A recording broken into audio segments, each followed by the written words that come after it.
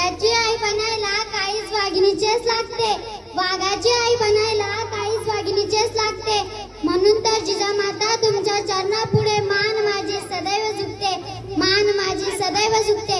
सन्मान्य व्यासपीठ आजच्या कार्यक्रमाचे अध्यक्ष, प्रमुख पाहुणे, वंदनीय गुरुवर्य आणि माझ्या मित्रमैत्रिणींनो, स्वराज्य जननी राजमाता मासाहेब जिजाऊ यांच्या कार्याबद्दल माहिती नसणारा आज एकही माणूस सापडणार नाही, ज्यांनी स्वराज्याचे स्वप्न बघितले आणि फक्त स्वप्नच नाही बघितले तर ते सत्य सुद्धा उतरविले. आई ही जगातील सर्वात महान योद्धा आहे. आई म्हणजे प्रेम, आपुलकी, त्याग, संयम, जिद्द आणि या सर्व गुणांचा सुंदर संगम म्हणजे स्वराज्य जननी जिजाबाई शहाजीराजे भोसले. लहानपणापासूनच अन्यायाची चीड असणाऱ्या जिजाऊंचा जन्म 12 जानेवारी 1598 साली बुलढाणा जिल्ह्यातील सिंदखेड राजा येथे लखुजीराव जाधव आणि म्हाळसाबाई यांच्या पोटी झाला.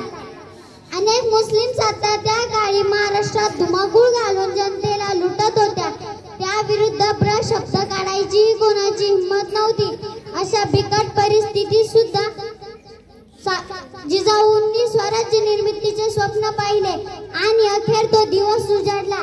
19 फेब्रुवारी 1630 रोजी बाळ शिवबांचा जन्म झाला. लहानपणापासूनच त्या बाळराजांना रामायण महाभारतातील शौर्याच्या कथा सांगत हिंदवी स्वराज्य स्थापनेचे बाळकडू शिवरायांना मासाहेबांकडूनच मिळाले होते. स्वराज्याचे दाखले धनी स्वराज्य रक्षक छत्रपती संभाजी महाराज यांच्या जडणघडणीत सुद्धा जिजाऊंचा मोलाचा वाटा आहे. समाजहिताचा विचार प्रथम करणाऱ्या मासाहेबांची आज प्रत्येक घरी गरज आहे.